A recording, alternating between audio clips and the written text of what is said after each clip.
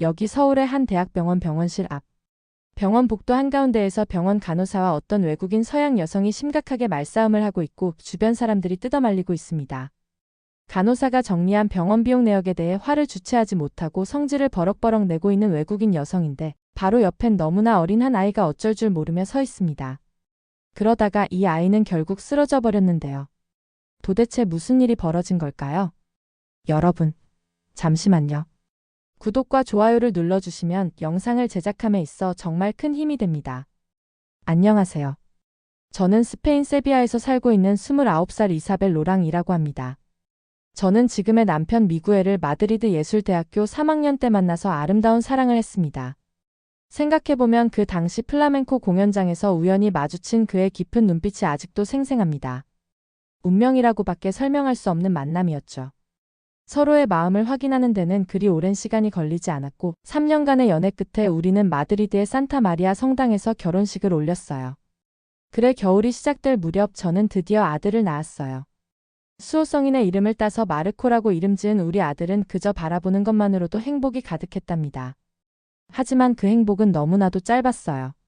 출생 직후 아이의 얼굴이 자주 파랗게 변하는 것을 발견했거든요. 선천성 심장병이라고 하더군요. 그것도 세상에 10명도 없다는 너무나도 희귀한 심장병이라는 진단을 받던 순간 제 심장도 멈추는 것만 같았어요. 아기의 심장은 제대로 된 모양새를 갖추지 못했고 산소가 제대로 전달되지 않아 항상 위험한 상태였죠.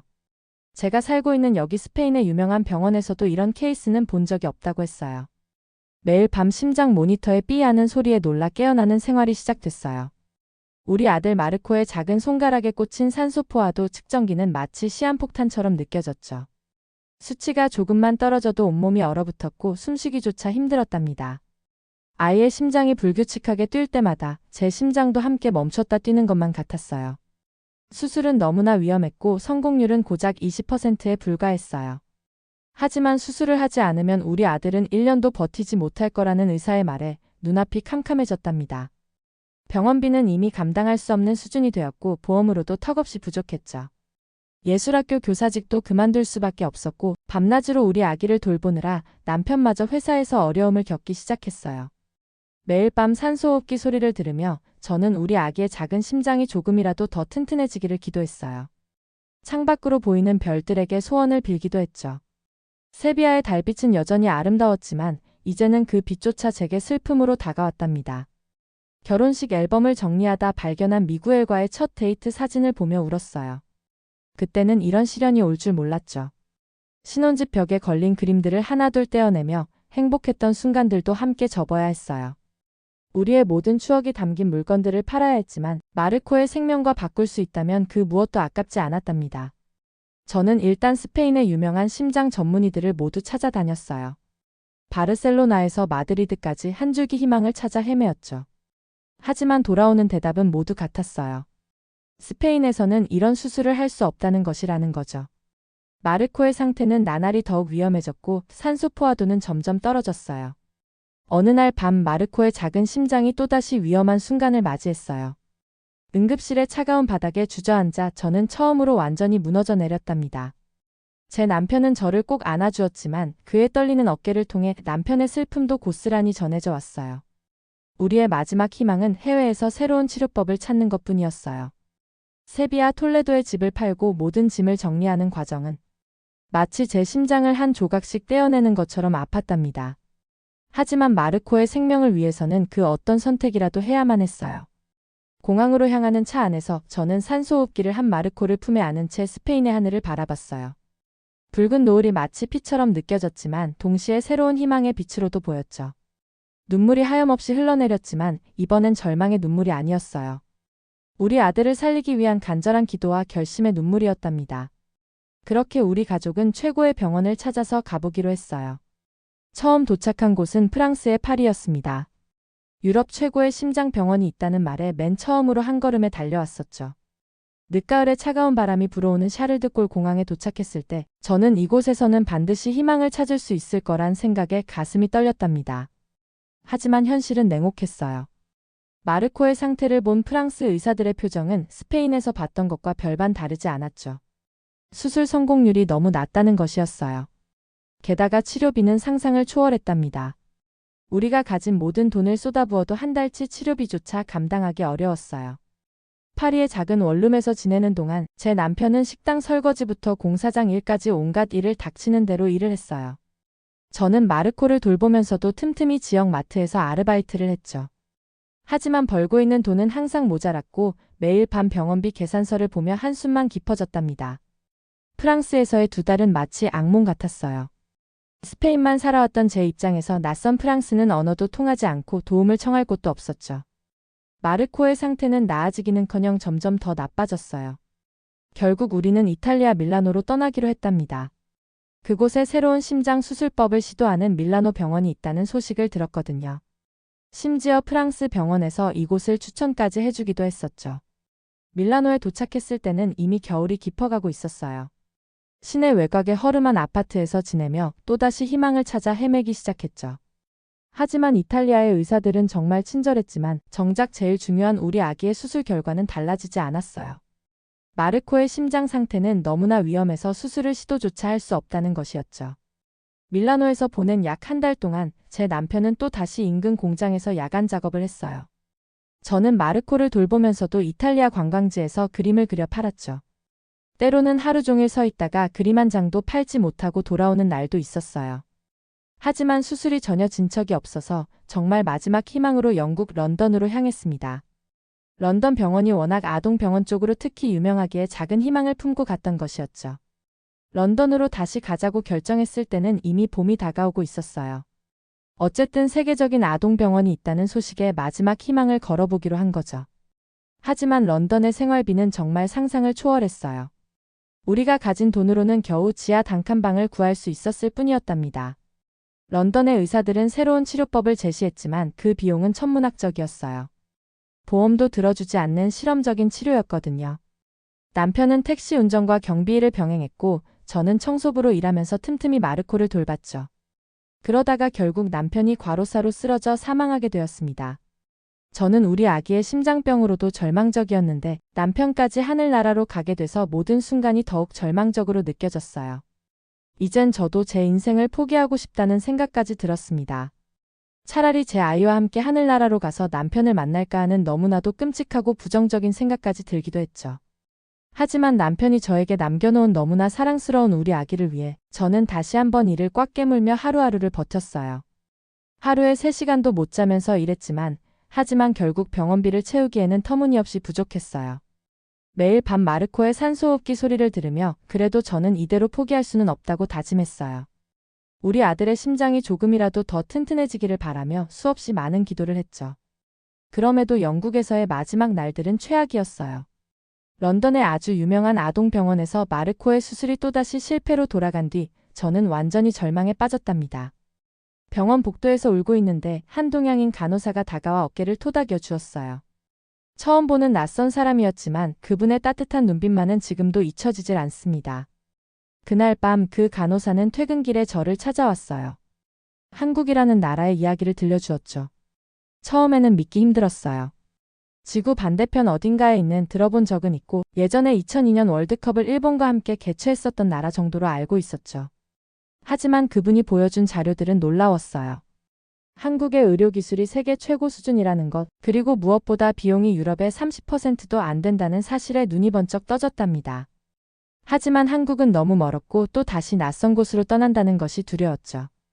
일단 급하게 인터넷으로 한국의 병원들을 찾아보기 시작했어요. 서울의 큰 병원들은 마르코의 병과 비슷한 케이스들을 여러 번 수술했다는 기록이 있었더라고요. 성공률도 놀라울 정도로 높았어요. 더구나 입원 실 비용은 영국의 20%도 안 된다는 사실에 눈물이 났답니다. 결심을 하기까지는 채 하루도 걸리지 않았어요. 그동안 한국에 대해 알아볼 수 있는 모든 정보를 찾아봤기 때문이었죠. 동양의 낯선 문화와 언어가 두렵기는 했지만 마르코를 위해서라면 그 정도쯤은 견딜 수 있을 것 같았어요. 무엇보다 이제 저에겐 선택의 여지가 없었답니다. 런던에서 서울까지의 비행기 표를 끊으면서 제 손은 파르르 떨렸어요. 이게 정말 올바른 선택일까? 또 후회하는 건 아닐까? 하는 불안감이 가득했죠. 하지만 그때 마르코가 제 손을 꼭 잡아주었어요. 마치 걱정하지 마세요. 엄마하고 말해주는 것 같았답니다. 짐을 정리하면서 발견한 스페인 집의 열쇠를 보며 갑자기 눈물이 흘렀어요. 스페인부터 현재 영국까지 얼마나 멀리 고생해왔는지, 그리고 이젠 또 얼마나 멀리 가야 하는지 실감이 났죠. 하지만 이제는 뒤돌아볼 수 없었어요. 오직 앞만 보고 가야 했답니다. 12시간이 넘는 비행시간 동안 마르코의 상태를 걱정했지만 다행히 아이는 잘 견뎠답니다. 오히려 평소보다 더 안정된 모습을 보여주었죠. 비행기 안에서 한국어 책을 펼쳐들었어요.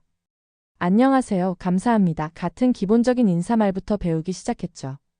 낯선 글자들을 따라 쓰면서 이상하게도 마음이 조금씩 편안해졌어요. 마치 새로운 희망이 손끝으로 전해져 오는 것만 같았답니다. 인천공항에서 서울의 대학병원으로 가는 길은 마치 꿈만 같았어요. 깨끗한 도로, 반짝이는 건물들, 그리고 무엇보다 활기찬 사람들의 모습이 낯설면서도 새로웠답니다. 대학병원에 도착했을 때 저는 깜짝 놀랐어요. 마치 호텔 같은 시설과 친절한 의료진들, 그리고 무엇보다 통역 서비스까지 준비되어 있었거든요. 처음 만난 한국의 의사 선생님은 마르코의 의료 차트 기록을 보자마자 희망적인 이야기를 해주셨어요. 우리가 그토록 찾아 헤매던 새로운 수술법을 이미 여러 차례 성공한 경험이 있다는 거였죠. 더구나 병원비를 듣고는 귀를 의심할 수밖에 없었어요. 영국에서 들었던 금액의 20%도 안 되는 비용이었거든요. 입원 과정도 순조로웠어요.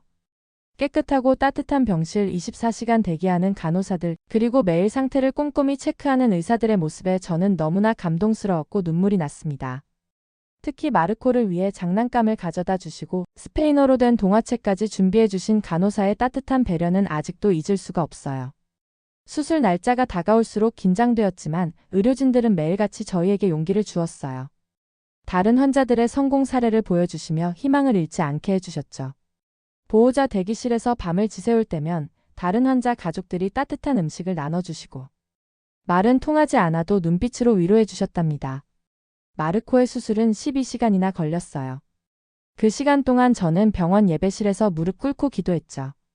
말이 12시간일 뿐 정말 저에겐 1년과 같은 너무나 긴 시간이었습니다. 마침내 드디어 수술이 성공적으로 끝났다는 소식을 들었을 때 저는 그 자리에서 결국 울음을 터뜨리고 말았어요. 우리가 그토록 찾아 헤매던 기적이 여기 한국에서 일어난 거예요. 특히 너무 놀라운 것은 수술 후의 관리였어요. 의료진들은 마르코의 작은 변화 하나하나를 놓치지 않고 챙겨주셨고 그래서인지 마르코의 회복 과정도 예상보다 훨씬 빨랐답니다. 처음으로 산소호흡기 없이 숨을 쉴 수 있게 되었을 때 병실에 있던 모든 사람들이 마치 본인 가족인 양 함께 기뻐해 주셨어요. 퇴원을 하고 재활치료를 시작할 때도 한국의 의료 시스템은 저를 너무나 감동시켰어요. 체계적인 재활 프로그램, 따뜻한 물리치료사 선생님들, 그리고 무엇보다 마르코를 자신의 아이처럼 돌봐주시는 모든 분들의 마음이 느껴졌죠. 매일매일 마르코의 상태는 좋아졌어요. 창백했던 얼굴에 혈색이 돌고 숨쉬기 힘들어하던 아이가 이제는 웃으면서 뛰어다닐 수 있게 되었답니다. 처음으로 엄마라는 말을 또박또박 했을 때는 병실에 있던 간호사 선생님들까지 함께 펑펑 울었어요. 한국에서의 6개월은 저에게 있어 너무나 기적 같은 시간이었다고 생각해요.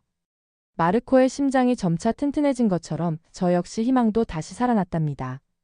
이제는 더 이상 불안에 떨지 않아도 되고 매일 밤 심장 소리에 놀라 깨지 않아도 되었죠. 우리가 그토록 바라던 평범한 일상이 마침내 찾아온 거예요. 마침내 드디어 마르코의 완치 판정을 받던 날, 저는 의사 선생님 앞에서 한참을 울었어요. 2년이 넘는 시간 동안 유럽 전역을 떠돌며 찾아 헤맸던 기적이 예상치도 못했던 한국에서 현실이 된 거였죠. 퇴원을 앞두고 저는 깊은 고민에 빠졌었어요. 한국을 떠나야 할 시간이 다가왔지만 이상하게도 발걸음이 떨어지지 않았답니다. 그러던 와중에 우연히 마르코의 담당 간호사님이 소개해주신 한인 학교에 방문했을 때였어요. 건강을 되찾은 마르코가 한국 아이들과 어울려 노는 모습을 보며 문득 깨달았죠. 마르코에게 필요한 것은 이런 평화로운 일상이었다는 것을요. 이젠 저도 어느새 한국어 공부에 재미를 붙여 간단한 대화가 가능해졌어요. 심지어 마르코는 이제 한국말을 스페인어보다 더 잘해요. 유치원에서 배워온 노래를 부르고 김치를 제일 좋아하는 음식이라고 이야기하죠. 때로는 저에게 한국어를 가르쳐 주기도 한답니다. 아이의 웃음소리가 가득한 집은 마치 천국처럼 느껴져요. 한국의 사계절을 보내면서 우리 가족은 점점 더 이곳에 뿌리를 내리고 있었어요. 벚꽃이 흩날리는 봄, 푸른 잎이 우거진 여름, 단풍이 물드는 가을, 그리고 하얀 눈이 내리는 겨울까지. 매 순간이 새로운 선물처럼 다가왔답니다. 저는 이제 동네 미술학원에서 아이들을 가르치고 있어요. 스페인 문화를 소개하는 특별 수업도 진행하는데 아이들의 호기심 어린 눈빛을 볼 때마다 가슴이 따뜻해져요. 결국 스페인 세비야에 우리 집을 완전히 정리하기로 결심했을 때 잠시 망설임도 있었어요.